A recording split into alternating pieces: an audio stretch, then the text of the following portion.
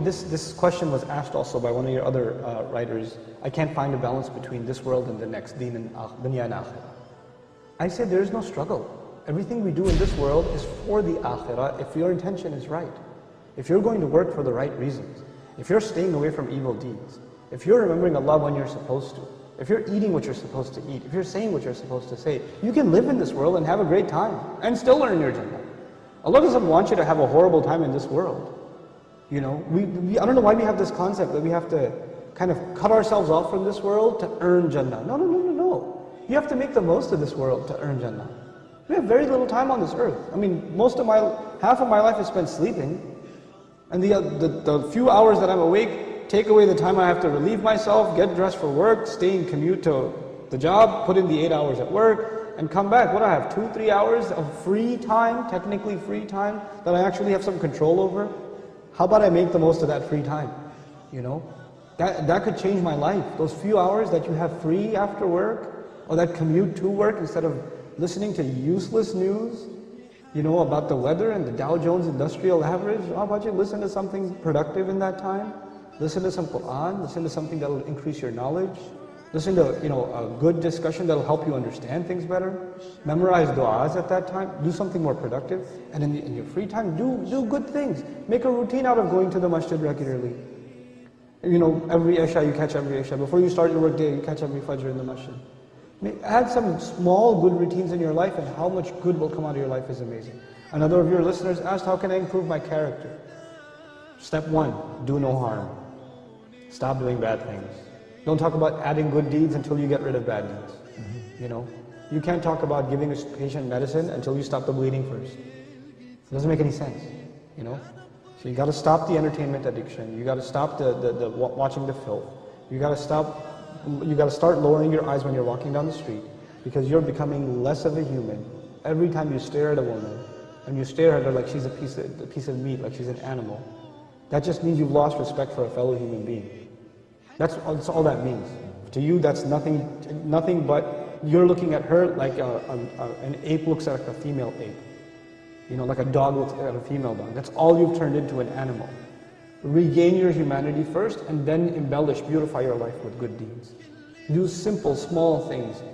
Perfect your prayer, memorize a few supplications, try to, be honest in your workplace, be kind to your mother. These are not complicated things. This is what the Creator wants from us. That's all He wants. But if someone says, why? Why does He want this from me? What is it? Is this benefiting Him?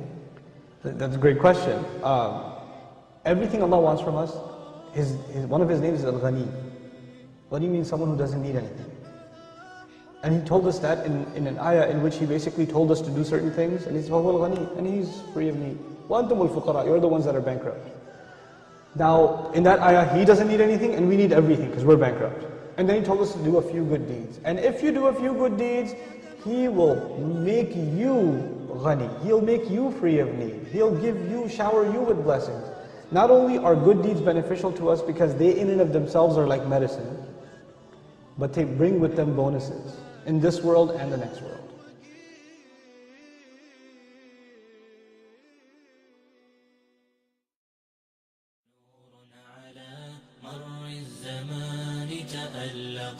وأضاء للدنيا طريقا مشرقا وهدى من الرحمن يهدينا به للصالحات وللمكارم والتقى نور على مر الزمان تألقا وأضاء للدنيا طريقا.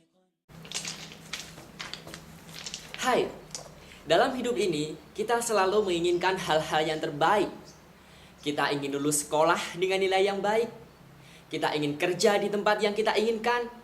Kita ingin sukses, ingin membahagiakan kedua orang tua, atau mungkin kita juga ingin selalu bersama-sama dengan orang-orang yang kita sayangi. Kita selalu menginginkan hal-hal yang terbaik yang terjadi dalam hidup kita. Dan itulah yang namanya harapan, impian. Harapan itu bisa membuat seseorang menjadi lebih bersemangat dalam menjalani hidupnya. Tapi coba kita bayangkan, kita rasakan kalau ternyata apa yang terjadi dalam hidup kita itu beda banget sama apa yang kita bayangin, sama yang kita harapin. Pastinya kita akan menjadi lebih marah, kesel, ataupun juga frustasi. Nah, dalam situasi yang seperti itu, kita tidak bisa ngadepinnya sendirian. Kita butuh seseorang, tapi bukan sembarang orang yang hanya bisa dengan mudah berkata, "Ya udahlah, itulah nasibmu, deritamu.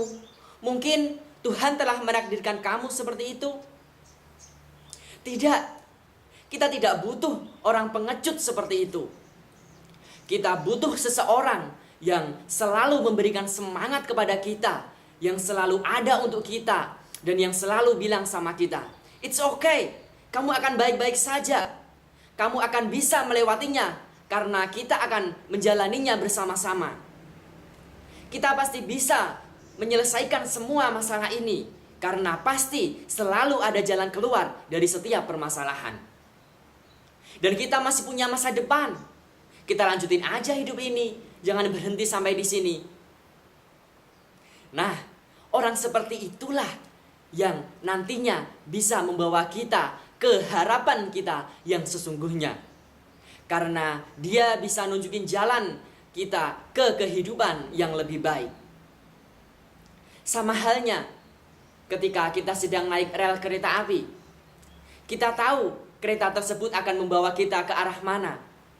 Dan seharusnya kepercayaan yang sama itulah yang nantinya akan membuat kita semakin percaya bahwa harapan kita akan segera menjadi kenyataan. Terus berharap, berdoa, dan jangan pernah berputus asa. Insya Allah harapan kita akan segera kita dapetin. Sukses untuk harapan kita semua.